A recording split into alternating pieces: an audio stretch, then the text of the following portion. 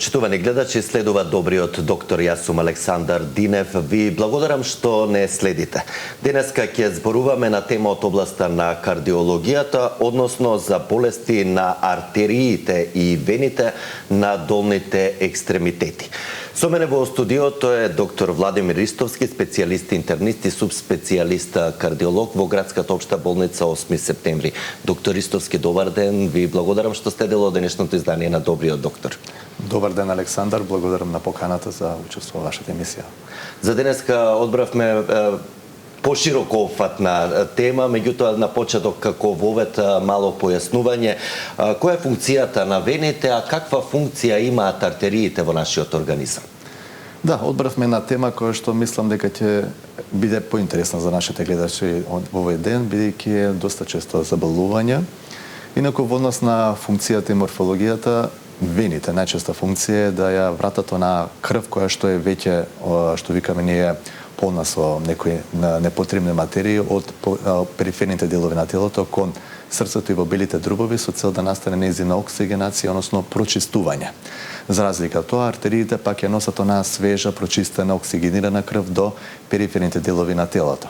Така да артериската крв се движи благодарение на пумпната моќ на срцевиот мускул, а венската крв се движи благодарение на пумпната моќ, односно движењето на мускулите.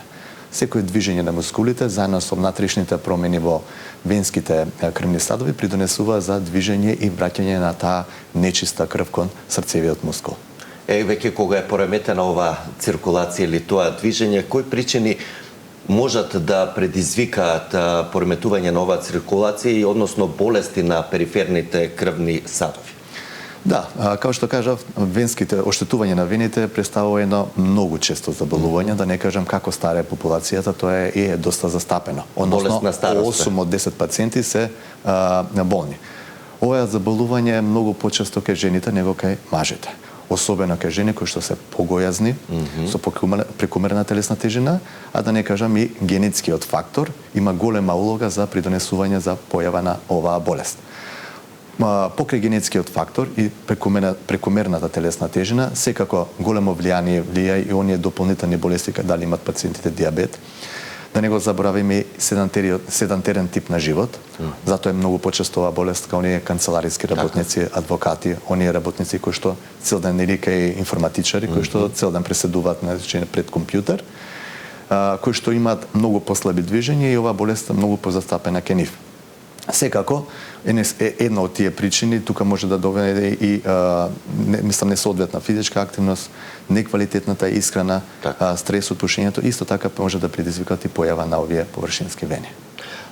Кои симптоми, докторе, можат да укажат на проблеми со периферната циркулација и како општо кажано граѓаните да знаат дали имаат проблем со артериите или со вените?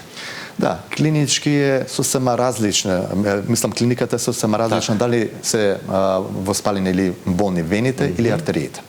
Прво да кажеме за артериите. Како што кажавме, тие носат соодветната оксигенирана крв во периферните. Доколку има некој запушување на крвен сад, така наречена стеноза на периферен крвен сад, пациентите ќе имаат болка при движење. Значи, тие се така наречени клаудикациони тегоби, кои што зависно од каква е стенозата, односно стеснувањата, на толку ќе имат и болки во предел на листовите. Тоа е една болка која што е некој како да ви ставил нож во предел на листот. Значи, таа е толку јака болка која што придонесува да пациентот да се невозможи понатаму да се движи. Пациентот застанува, болката поминува и тој продолжува со одењето. Многу е битно на каква дистанца се јава таа болка, дали се јава, например, на 200, 500, 1000 метри. И колку често? И колку често, да. Тоа е, например, за ако се воспалени, односно болни артериите. За разлика од нив, вените, значи, најчесто даваат болка, односно чувство на нелагодност во долните екстремитети и како на чувство на тежина. Односно, пациентите ги чувствуваат долните екстремитети како надувани, отечени, тешки. Во текот на, кога ќе станат од спиње, нозите се спласнати, не ја чувствуваат тежината, меѓутоа во текот на денот, во текот на секојдневната физичка работа, ќе видат дека вечерта може нозите да бидат отечени. Така да тоа укажува дека има проблем со длабоката венска циркулација. Сега, доколку настане, дај Боже, некоја дополнителна тромбоза или некоја дополнителна состојба, тоа може да предизвика појава на изразен оток, болка, доколку биде зафатена површинската вена, може да биде и локално црвенило, а неретко може да биде исто покачена телесна температура. Така да разликата е голема, симптоматологијата е сосема различна во вените. А неретко има, например, и површински вени кои што ние ги викаме капилари, кои што се испукани и ти не дават никаква клиничка манифестација, освен од естетски аспект, посебно ке жените. Дали секогаш испуканите или народски речено отечените, односно воспалените вени значат и здравствен проблем? Не секогаш, се зависи од тоа кој сегмент од вената е зафатена. Ако се зафатени оние венските капилари, тие се гледаат поткожно како една пајакова мрежа со една црвеникава боја и тие најчесто се естетски. Така. Без никаква клиничка манифестација. Мито доколку е зафатена површинската вена и длабоката вена, сепак е тоа еден сериозен проблем кој што една компликација може да даде, тоа е белодромната тромболија, односно се откачи тромб и да отиде во срцето или белите дробови, кој што може да биде и животно загрозувачко. Така да една периферна, што викаме воспалена вена, може да дојде до една голема компликација, која што не да Боже може да има и смртен исход. Тука ќе ги поканеме и нашите гледачи, почитувани, доколку имате прашања за денешната тема, болести на артериите и вените, односно периферните крвни садови на долните екстремитети носете, може слободно да се јавите на добро познатиот телефон 023-116-566. Со мене во студиото денешен мој гостин и соговорник е доктор Владимир Ристовски, специјалист интернист и субспецијалист кардиолог во ГОП 8 септември. Докторе, сите овие симптоми кои ги споменавте, односно болестите кои подоцна ќе ги споменеме, некако тлеат и станува збор за побавен процес за да дојде до влошување на здравствената состојба. Како што рековте, и ова се болести на повозрастната популација, меѓутоа во пракса се среќавате ли и кај помлади нарушена циркулација, односно болести на периферните крвни садови? Да, особено кај помладите проблем е проширените вени кај жените. Значи, овој проблем се јавува и кај помладата популација, како што кажав, и генетскиот фактор има голема улога. За разлика од тоа, болестите на артериите се јавуваат релативно подоценежно и тоа многу зависи од бројните коморбидитети кои што ги имаат самите пациенти. Имаме голем број на жени, да не кажам секоја трета, четврта жена која што има проблем со вените, и тоа се пред се млади жени. И тоа се најчесто жени кои што може да бидат со прекумерна телесна тежина, меѓутоа може да бидат и послаби жени, доколку генетскиот фактор има игра поголема улога. За разлика од нив, кај болестите на артериите, на нозете тоа се почесто маживо над 50 годишна возраст или жените над 60 годишна возраст, тоа се пред се пациенти со диабет или некои други придружни болести. Да ги слушаме прашањата од нашите гледачи, предпоставувам имаме интерес, бидејќи станува збор за доста честа проблематика. Почитувани во програма сте, повелете. Ало, добар ден. Добар ден, ве слушаме. Се јавувам од Куманово. Поздрав и до вас и до Куманово. Поздрав до вас и до докторот. Јас имам вени. Така. И имам отоци, имам од надоле, од колкови надоле не можам да одам, значи имам тегова во нозете. Подолго време го чувствувате тоа? Па јас, докторе, 93 сум оперишана од вени и од тогаш никогаш ништо не сум имал проблем. Али сега задњо време, еве месец дена како имам проблеми со одењето, значи немам такат во нозете.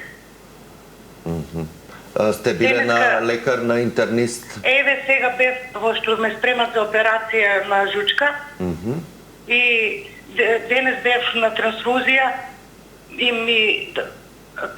тоа имам некое мало крварење во вените и тие демири ми се качени 2790. Дедимерите мислите? Да. И ми дадоа лек каниврава да пијам од 15 милиграми. Така, во ред штом сте веќе почнале со третман, ќе почнете и со диагноза, секако и докторот ќе искоментира состојбата, бидејќи рековте 93-та сте оперирани, може ли да се повтори оваа состојба, еве како примерот со гледачката? Да, тој оток може да биде од... Не знаевме за каква болест станува збор. Тој оток може да биде од повеќе причини, и тој ако се бориме за венски оток, тој оток во утринските часови, како што кажав, не треба да биде присутен, туку во текот на денот при подолго стоење, особено е изразен. Да, секако може, например, ако се направи хируршка интервенција, недоволно се изведе од еден дел на вени или, например, во тој период пред 20 години била некоја вена друга, така. Може со текот на времето се појави рецидив и да има појава на повторно проблеми со вените кај самата пациентка. Меѓутоа и самите дедимери не значи дека има причина болести на вените, тие може да бидат покачени во голем број на состојби, или слично, голем број, од короната стана популарни. Така, инаку ако е проблем со вените, треба да, значи, најчесто тие се со клинички издржани, манифестни болни, значи вени, отечена нога, црвенило, така да најчесто врз база на само одредување на дедимери да одредиме дека се болни вените, не е тоа така. Добро, што отишла и на трансфузиологија, да, со таа терапија претпоставувам ќе се подобри циркулацијата, тоа е редовна стандардна процедура и терапија кај вакви случаи доколку се направат испитувања. Доколку имаме и следен гледач, почитувани во програма, сте повелете. Добар ден. Добар ден, ве слушаме. Убав ден, поздрав до вас и до докторот. Исто и до вас. Имам едно прашање. Моите нозе отекуваат само летно време. И тоа како имам псоријатичен артритис, имам артроза на колената и тешко се движам. И сега само летно време ми отекува, зимно време немам отоци. А прошло лето ми отекува нозите, стапалата многу, дори не може да газам. И ми се појавија некои кафејави точкици и ми како капиларчиња, така околу глуздовите.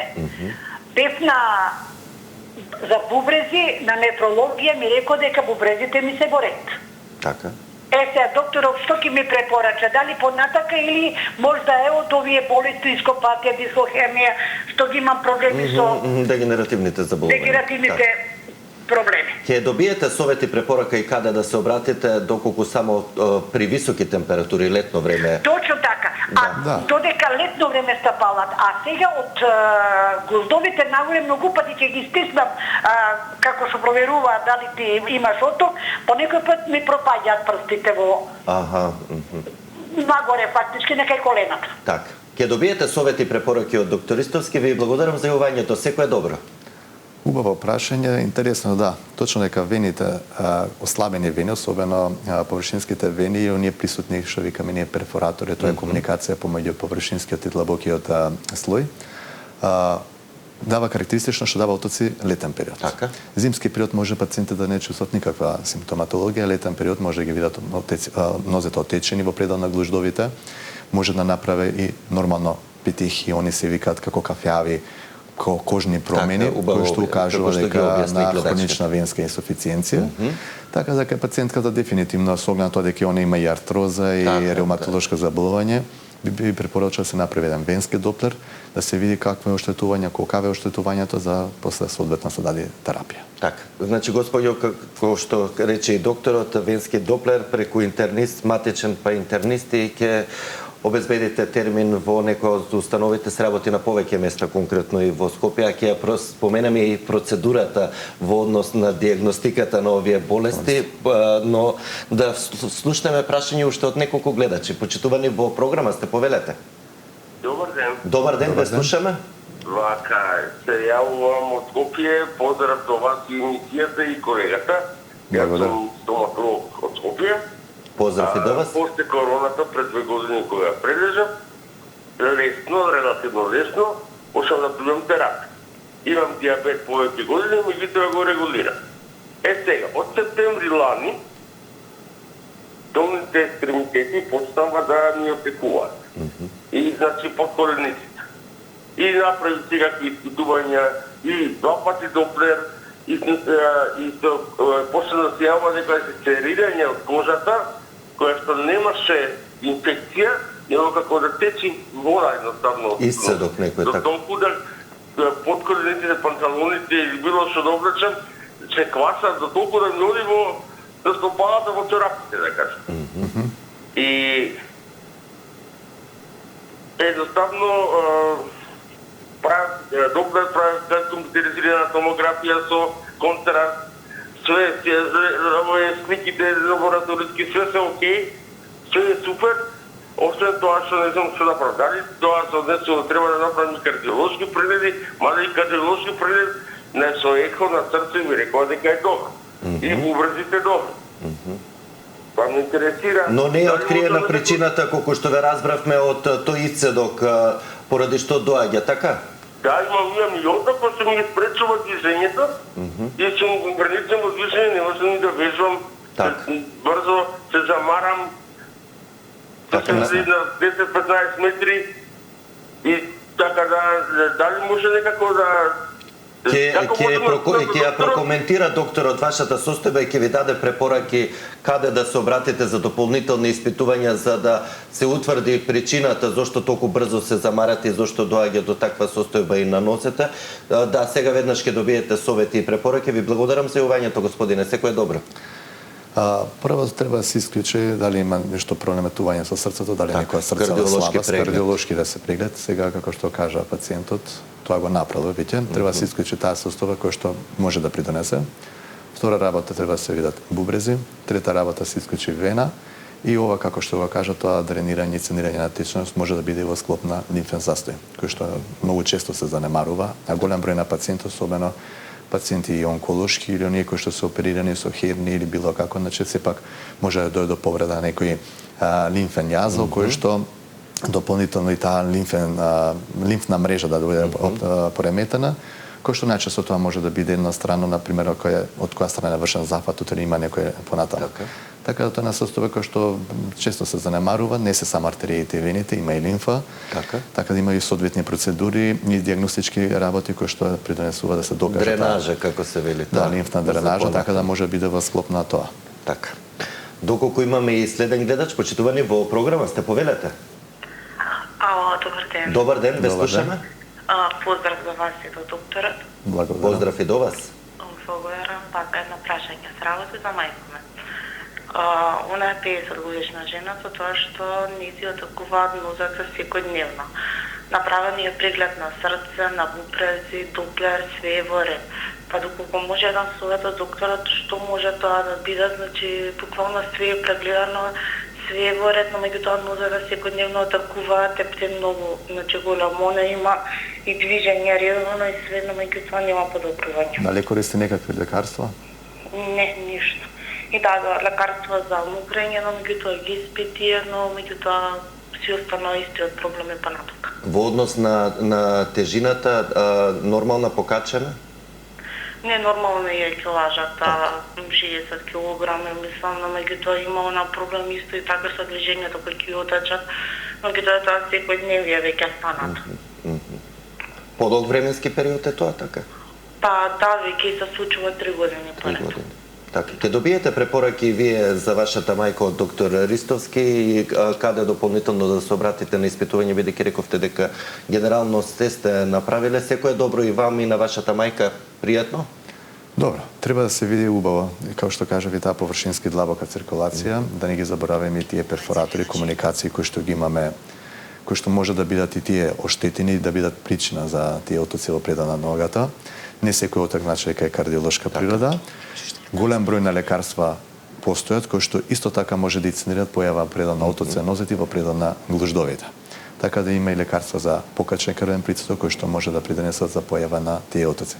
Така да би советувал на пациентката да се земе еден упат, да дојде да видиме, да откриеме што е причината, така да повеќе фактори се во. Да, убав одел имате со доста повеќе колеги специјалисти кардиолози токму на вашиот одел во ГОП 8 септември. Ќе вклучиме само уште еден гледач, почитувани во програма, сте повелете. Добар ден. Добар ден, ве слушаме. Јавуваме од Кратово. Добар ден, поздрав и до вас и до Кратово. Поздрав и до вас во студиото. Сакам да го прашам доктору вака. Јас сум диабетичар. Така. На инсулинска поддршка сум. Доплер правам редовно секоја година за циркулацијата. Добро е, сега последен пат кога бев, имам проширена вена на левата нога. И земав компресивни чорапи носам. Пием диеврон сабајли и вечер. Хелебодија некој, како се вика, 600 милиграма, аспирин, имам гел. Сега денеска не ме болат ногите, се движам, одам, ама навечер така, кај свивката доле, стапалото, тоа се моментални болки, ке те фати, ке те држи 20 минути, пола саат, нема. Ќе станам, ги нема. Што може да е проблем? Тромбоза нема. Пред 2 години бев во Швајцарија, ми отека од колена надоле толкави. 43 број влечки не може да обличам. Црвени и дебели нози. Отидов во болница, таму 12 дена ме држа, тромбоза нема. Бубрези, докторот ми рече, леле слаби ти се ке ти откажат, леле се повратија. Кардио, снимки, све и на крај ми направија скен на бели дробови. Таму, како што го разбрав докторот, имало запушување на некоја артерија до белите дробови. И после тоа 2 дена, 3 по скенот, готово се измокри тоа, килажата се симна, почнав да одам.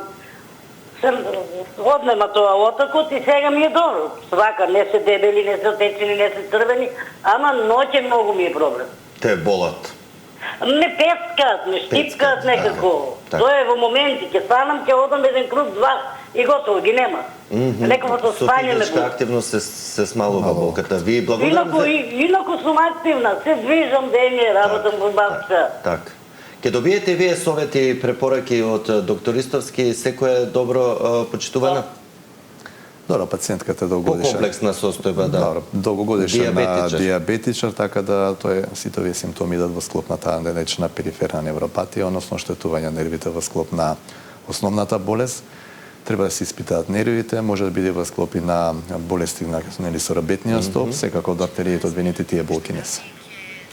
Така да друга причина, значи невропатијата предоминира, тие пецкања што ги чувствува пределната баните се е тоа како резултат на долгогодишниот диабет што го има самата пациент. Так. Најдобро е, еве, како што даде и совет господјо треба да се види, да се на консултира со невролог, невролога да се ги испита нервите. Да, затоа што има голем број на невропатии кои може да предизвикуваат ваква состојба. Сме имали и за тоа емисии, но да се вратиме на денешната тема болести на артериите и вените на долните екстремитети. 2 пати, 3 пати од гледачите слушнавме ехо Доплер. И вие го споменавте. Дали е тоа стандардна златна процедура, како што се вели во медицината при диагностика на болестите или основата од каде што се тргнува при диагностицирање на болести на артериите и вените? Па основен преглед е секако клиничкиот преглед. Физичкиот, се повеќе тоа се занемарува, нели се повеќе дигитално општество, вибер слики и сите тие работи, меѓутоа основен клинички преглед на ногата, на екстремитетите, да видат дали екстремитетите се потечени, не се потечени, црвени, не се црвени, да се распраша пациентот, се зема детална анамнеза е една основа од која што треба да почне. Кога ќе се утврди дека има можност да биде некој венско заболување, секако една од главните методи е венскиот доплер со добро обучени што викаме ултрасонографисти, кои што треба да се види детално површинските вени, длабоките вени, дали постојат тие перфоратори, комуникации што ги спомнуваме, какви се венските валвули, значи во самата вена има валвули кои што придонесува за туркање на крвта заедно со помош на мускулите. Значи треба да се направи убав венски доплер, кој што за да се види дали е причината тие вени. Може длабоките вени да бидат уредни, површинските може да бидат пореметени, или длабоките вени може да бидат нешто проширени, меѓутоа тие перфоратори може да бидат пореметени, така да тоа е еден склоп на повеќе, мислам треба да се види убаво детално сите вени да се установиме дали дефинитивно се вените. Доколку се гледа артерија, секако тука исто така доаѓа ултразвучниот преглед. Ако се верифицира постоење на некоја стеноза, запушување на артериите, КТ-ангиографијата е неинвазивен диагностички метод кој што компјутерското снимање окажува колкава е тоа стеснување на кои сегменти, во која должина, какви се плаките, значи ни дава една повеќе подобра состојба за состојбата. Подетална. Флебографија, тоа е едно снимање на вените со помош на контраст, кој што методата постепено се напушта со оглед на тоа дека постои други бројни методи, меѓутоа се уште е одржани како златен стандард, кој што детално не опишува и каква е функцијата внатре на самите валвули, да збориме за вените. И нормално инвазивно, значи испитување, ангиографијата во однос на артериите, каде што директно инвазивно се пристапува со снимање со контраст и дополнително се има можност и за диагностика и за терапија и третман понатаму за самиот пациент. Така да секако ехо доплерот не е една од првите битни и значајни методи кои што ги правиме кај пациентите. За каква процедура е? Повеќето кои имаат мака, предпоставувам, и направиле, меѓутоа тоа е неинвазивна, безболна метода е тоа?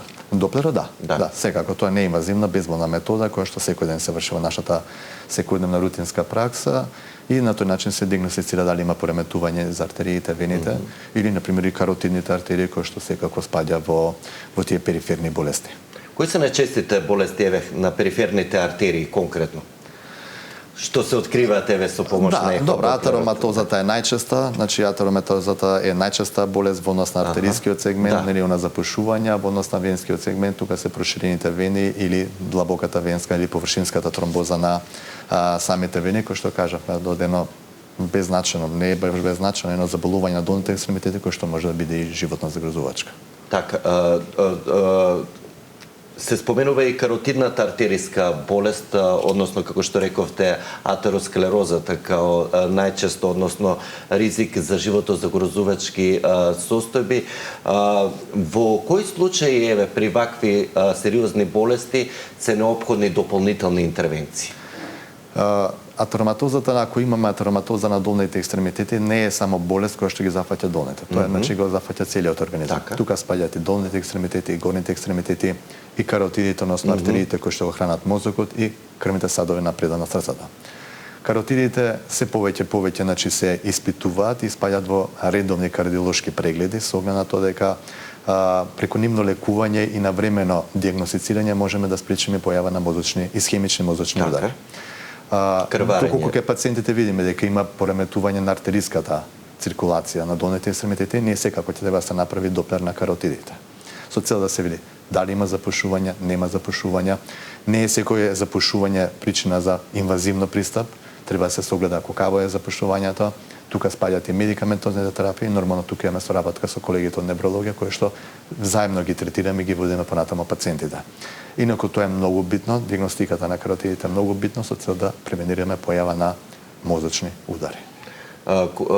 Многу често слушаме проширени вени кај околината и средината, посебно кај повозрастните, дали тие може да бидат сериозен здравствен проблем или повеќе се од естетска природа? Не, секако може да биде значи здравствен проблем. Проширените вени, тоа е со други зборови е ослабување на зидот и на самите валвули, самата вена. Така што во тој сегмент како се проширува вената, имаме еден осламен проток на крв, тука значи крвта се движи релативно слабо, прави одредени циркулаторни движења кои што понатаму може да биде причина за појава на тромб. Самото формирање значи на тромб на самото место, како што кажавме, може да отиде спрема срцето или белите дробови. Така да секако дека третманот на површинските вени треба да биде навремен и целосен. Не значи дека секоја проширена вена треба да се третира. Се зависи од тоа кој дел е зафатен, каков сегмент е, дали се оштетени валвулите или не се оштетени валвулите. Секако дека навремен третман не е само естетската природа, Значи навремен третман, не значи имаме пациенти кои што 20 години носат проширени вени, кои што и веќе од неколку наврати имале тромбоза и не ги третирале дали хируршко или ендоваскуларно. Нели сега имаме и понови методи кои што се третираат со минимални безрезови, што викаме, со минимални интервенции, кои што ги третираме, меѓутоа се зависи од тоа каква е вената, кој сегмент е зафатен и какво е заболувањето. На колку време препорачувате конкретно што имаат веќе испакнати вени да се следат годишно? Препорачливо е еднаш година и по, се зависи од тоа дали е нели проширена површинската или длабоката вена, дали имале претходно некој кардиоваскуларен настан, односно дали имале претходна тромбоза.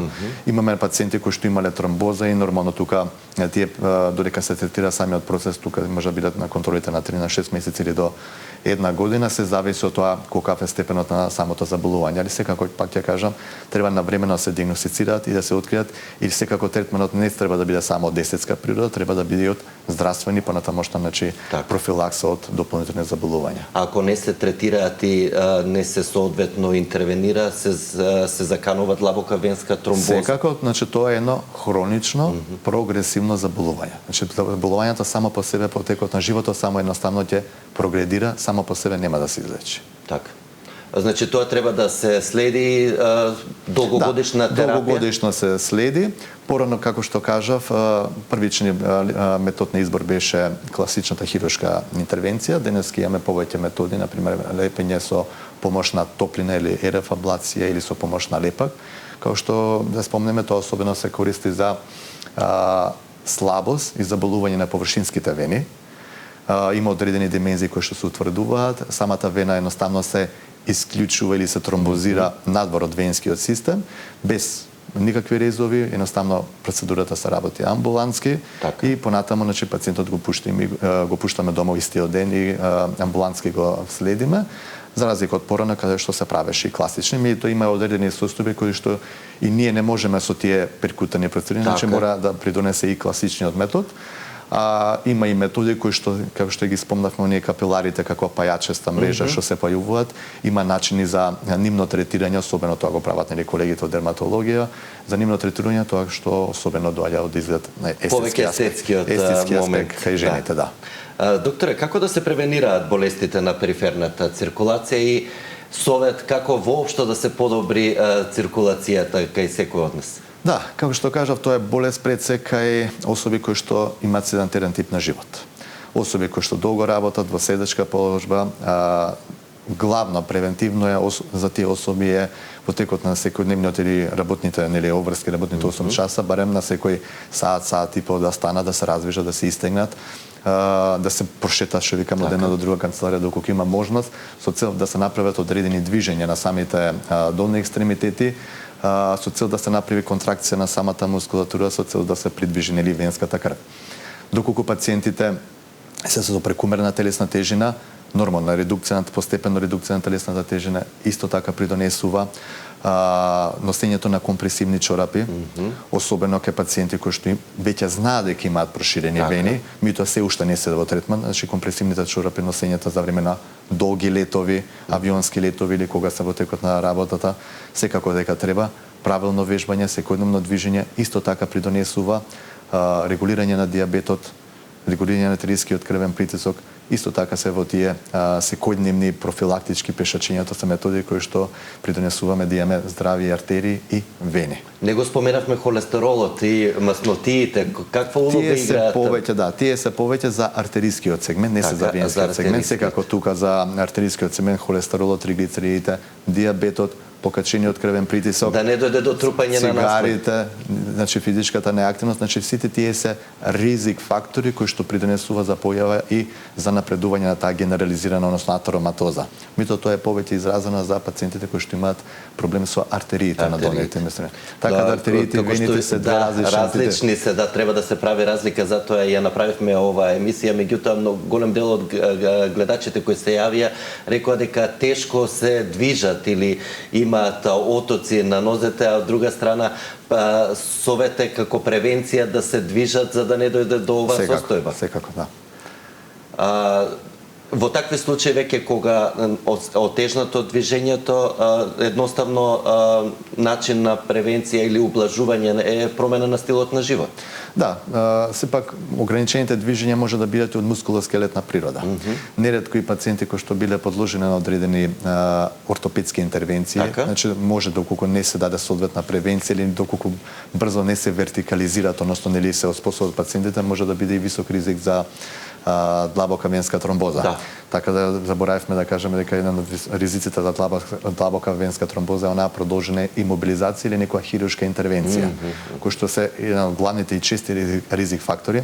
Затоа колегите ортопеди даваат и соодветна превенција за тие пациенти и затоа инсистираат на брза мобилизација на самиот пациент, да се брзо да се мобилизира, а да не биде продолжено на имобилизација, лежење во кревет подолг период, што секоја продолжено лежење придонесува и за појава на длабоката венска тромбоза. Као што слушам од пациентите, нели имаат отоците на нозете може да бидат од милиарда други природи, не е само од артеријата, од венските, може да има една циста, што викаме ние анатомски во предел на кожата, кој што може да пукне и да имитира буквално како да е болка од артеријска природа, ми тоа може да биде и сосема друга причина. Како што рековте, клиничкиот преглед е основниот. Да, значи клиничкиот преглед е основен преглед кој што треба да се види. Ќе се постави сомневање за понатамошни испитувања и исследувања. Доктор Ристовски, ви благодарам за одвоеното време, за советите и искуството кое го споделивте со нашите гледачи и со задоволство ви очекувам да бидете повторно дел во Добриот доктор. Благодарам на поканата, се надевам дека бевме интересни денеска за гледачите, дека одредивме да решиме некоја дилема што се артерии, што се вени во однос на клиниката. Кои се болестите, кои се симптомите пред се, и вам ви благодарам уште еднаш, почитувани, вам ви благодарам за вниманието со кое не следевте, ве поканувам да бидете повторно со нас и во понеделник. Во емисијата во понеделник ќе зборуваме за неонатална, односно бебешка жолтица. Во меѓувреме останете со програмите на Сител телевизија, имајте убав викенд и грижете се за вашето здравје. Пријатно!